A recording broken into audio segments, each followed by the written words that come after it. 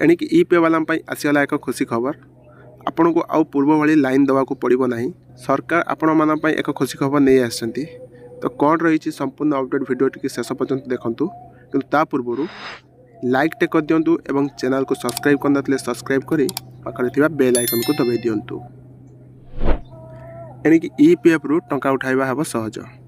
तो जेकोसी bank ATM रु EPF हिताधिकारी माने टंका उठाई पारिबे। तो नुआ वर्ष रु सारा देश रे लागू हो जाइए ईपीएफओ 3.0 ए नुआ नियम।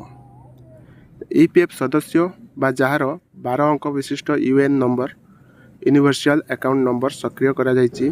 तो सही सदस्य बैंक एटीएम रु टंका उठाई पारिबे। तो सदस्य अकाउंट रे थिबा जमा राशि सर्वाधिक 50% पर्यंत एटीएम टू टंका उठाई पारिबे। एथिपाई कोनोसी प्रोविडेंट फंड कार्यालय अनुमति नवाको पड़िबो नाही। तो आसंता जून मासरे ईपीएफ सदस्य को स्वतंत्र ईपीएफ कार्ड व्यवस्था सहित उपलब्ध करा जियो बोली केंद्र सरकार स्पष्ट कहिसेंती।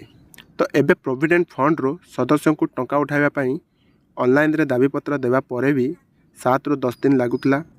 तो सभ्यों देहांत परे संपूर्ण पेंशन अर्थ उत्तराधिकारी बैंक अकाउंट जमा हो जिवो। तो त्वरित बेगरे ईपीएफ मामला समाधान करने पई सारा देश रे सीपीपीएस व्यवस्था प्रचलन करा जायछि। तो यही व्यवस्था बल रे जड़े ईपीएफ सदस्य ताकर अकाउंट रु देशर जेकोसी बैंक शाखा टंका उठाई पारिबे। तो ईपीएफ व्यवस्था रे सुधार को सबु महल रे स्वागत करा जायछि। तो एथिपाई जड़े सदस्य तार ठिकाना और संपूर्ण केवाईसी ऑनलाइन तो जरिया रे निजर यूएन नंबर द्वारा लॉगिन करी अपडेट करबा आवश्यक।